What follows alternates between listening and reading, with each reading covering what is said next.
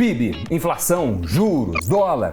Entra ano e sai ano e muitos são os erros e acertos quanto às projeções do mercado para a economia do país. Mas a dúvida que fica é: quanto os economistas de fato acertam nessas previsões?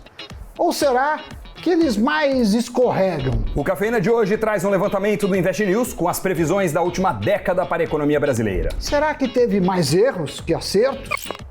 Fique ligado e venha descobrir tudo isso e muito mais depois da vinheta.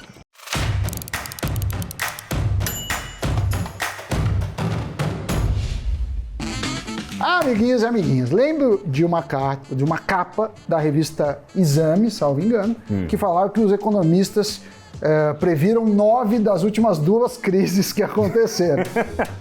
Então, economista faz muita previsão. Muita previsão certa ou errada? Então. Muita previsão, ponto.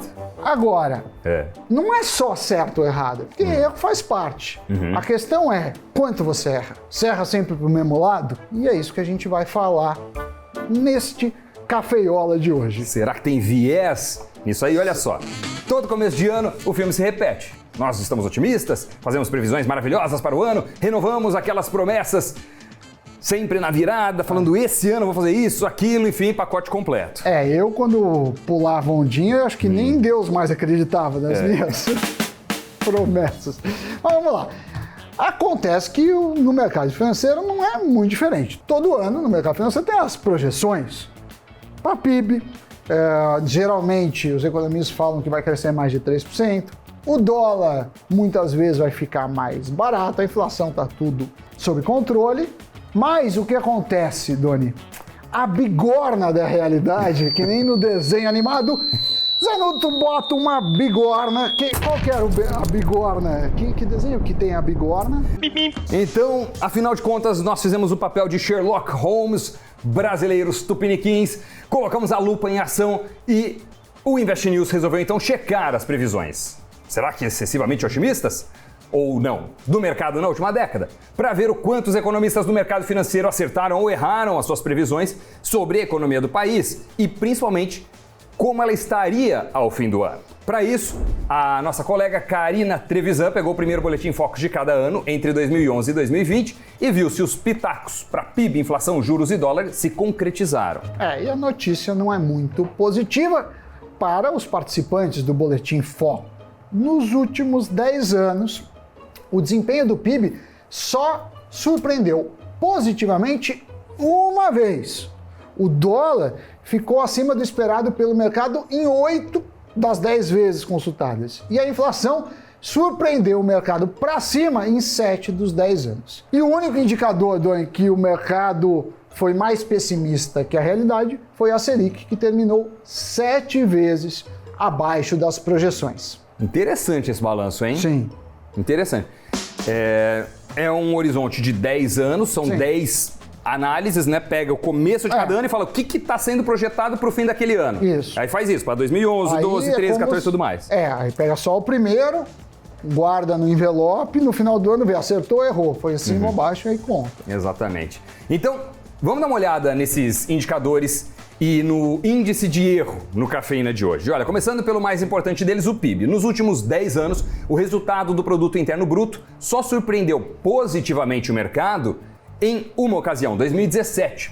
Em todos os outros anos, a economia brasileira teve um desempenho pior do que aquele projetado pelos economistas e analistas no início do ano. É bom lembrar que no começo de 2017 o país havia acabado de sair de um processo traumático de impeachment e havia muito a se fazer para consertar as contas públicas. Trabalho que até hoje não terminou. A popularidade de Temer também não era das melhores. E o mercado tinha uma visão bastante cautelosa, para se dizer o mínimo, sobre os próximos meses. O maior erro de previsão aconteceu em 2020. Obviamente por causa da pandemia, né? Começo do ano não tinha como imaginar que viria uma pandemia. Então, ok, houve um erro. A previsão do mercado era de crescimento de 2,3%, mas o PIB caiu 4,1%. Antes disso, a previsão que ficou mais distante da realidade tinha sido a de 2015, Em meio à grave crise econômica que culminou no impeachment da presidente Dilma, economistas e analistas esperavam um crescimento fraco de 0,5% no início do ano. Mas o que aconteceu ao final do ano foi, na verdade, uma queda de 3,5% e uma recessão que se estendeu pelo ano seguinte também. Vale aquele meme. As expectativas já não eram altas, mas... Bom, os dados mostram um otimismo do mercado, talvez do brasileiro, talvez dos economistas, para os indicadores. Segundo o Marcelo Cambre, economista e professor da FECAP, entre os fatores que explicam essa tendência estão as projeções baseadas no orçamento da União e nos números do governo. E geralmente há mais otimismo do Banco Central e do próprio governo do que a realidade se impõe. E apesar de as projeções do mercado considerarem diversos indicadores, entram também na conta a opinião do analista, critérios subjetivos. O otimismo que a gente observou nas previsões do PIB também apareceu nas projeções de inflação e de câmbio. Nos últimos 10 anos, o dólar ficou acima do projetado pelo mercado em 8 anos. O ano em que a previsão ficou mais distante da realidade também foi 2020, com o impacto da Covid-19. O mercado estimava, lá no início de janeiro, que a moeda americana fosse terminar o ano em 4,09 e terminou em 5,19, um erro bem considerável. E antes disso, a previsão mais distante, assim como aconteceu no PIB, ocorreu em 2015. Naquele ano, o dólar encerrou cotado a 3,90, mas a expectativa no começo do ano era de 2,80. Não fala disso, eu fico com saudades do dólar 2,80. Saudade daquele tempo, hein? A inflação medida pelo IPCA também costuma surpreender o mercado para cima. O mercado normalmente é mais otimista do que a realidade se mostra. Ela ficou acima do esperado em 7 dos 10 anos analisados. Mas, diferente do que aconteceu com os outros indicadores, o maior erro nas previsões para o IPCA não foi no ano de pandemia, mas sim em 2015. O mercado esperava que a inflação terminasse o ano em 6,56%, mas a taxa ficou em 10,67%. Já a taxa Selic, como falamos no começo do programa, é a única que costuma encerrar o ano abaixo do esperado pelo mercado. Segundo o levantamento, isso aconteceu em 7 dos últimos 10 anos. E a maior distância entre a previsão e a realidade foi em 2017, quando a taxa básica de juros terminou o ano em 7%, muito abaixo dos 10,25%, que era o esperado pelos economistas. Bom, todo esse levantamento mostra um resultado bem interessante, né? Os analistas normalmente erram de forma pessimista para 3 dos indicadores e erram de forma otimista para Selic. Claro que é muito difícil fazer previsão, é inerente a esse tipo de atividade que exista um erro, né? Não tem como se acertar na mosca que vai acontecer, ainda mais numa conjuntura de 12 meses. O Brasil tem aquela frase que às vezes atribuem ao Malan, às vezes ao Loyola, né? Que no Brasil até o passado é incerto, mas se o passado é assim, imagina o futuro. Né? Falam que os modelos falham, principalmente quando você tenta prever o futuro.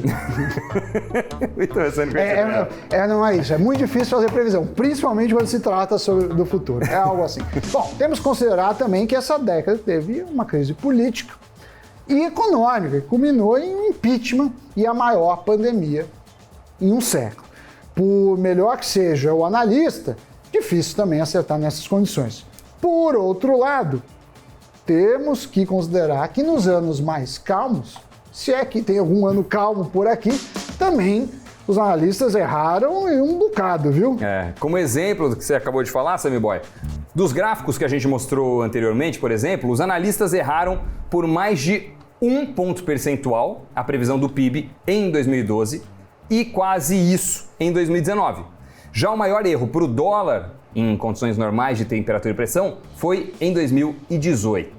Para a inflação, o maior erro, depois das 2 crises da década, ocorreu em 2017. Na época, inclusive, o então presidente do Banco Central, Ilan Goldfarb, precisou se explicar para o então ministro da Fazenda, Henrique Meirelles, por que a inflação havia ficado tão baixa. Realmente, não é nada fácil fazer projeções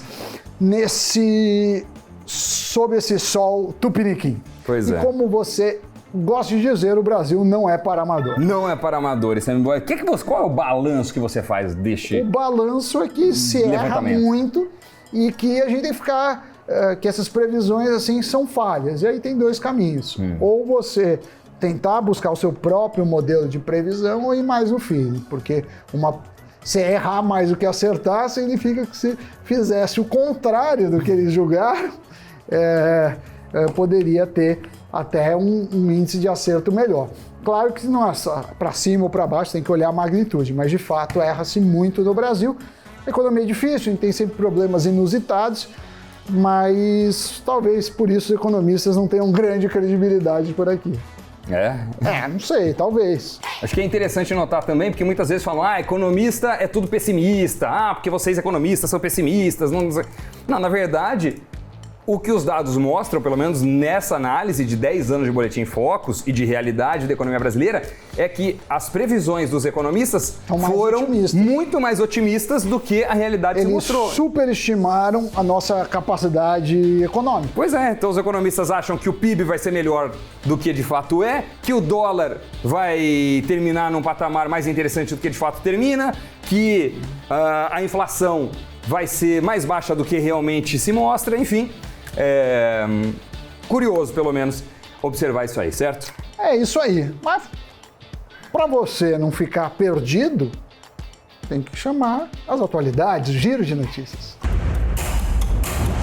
O Carrefour Brasil fechou um acordo para comprar o Grupo Big por 7,5 bilhões de reais. Após a aquisição, a presença do Carrefour será fortalecida também no sul e no nordeste do país, regiões onde a rede de supermercados até então estava limitada. O Grupo Big, antigo Walmart Brasil, opera uma rede de 387 lojas, sendo 35 unidades Sam's Club, 107 hipermercados Big, entre outras marcas, além de 13 postos de combustíveis.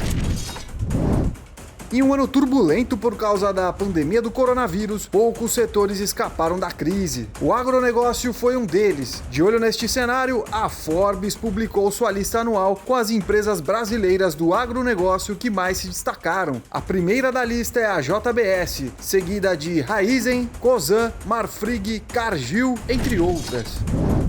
Com apenas um tweet, abre aspas, agora você pode comprar um Tesla com Bitcoin, fecha aspas. A moeda digital viu seu preço subir na quarta-feira. A publicação feita por ninguém menos que Elon Musk aponta para a nova forma de pagamento dos carros da montadora Tesla, pelo menos nos Estados Unidos, já que o meio de pagamento ainda não está disponível em outros países.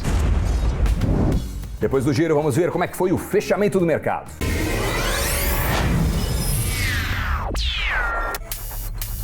O Ibovespa fechou o dia em queda de 1,06% em meio a uma piora no desempenho das bolsas internacionais, com preocupações a respeito dos lockdowns prolongados na Europa. O índice encerrou o pregão aos 112.064 pontos. As maiores altas foram registradas por Carrefour, que surpreendeu o mercado após a compra da rede Big, seguido por Suzano e Gol. Já as baixas foram lideradas por Magazine Luiza, Via Varejo e IRB Brasil. Já a moeda americana encerrou em alta de 2,25% aos R$ 5,63. É isso. Interessante, né? Legal. Reflexivo. Sim. Até porque a gente fez isso, né? A Karina pegou o primeiro Boletim Focus do ano e comparou com o resultado. Mas o Boletim Focus, né? É feito toda semana. Então, provavelmente no último do ano, faltava só uma semana, o erro é pequenininho.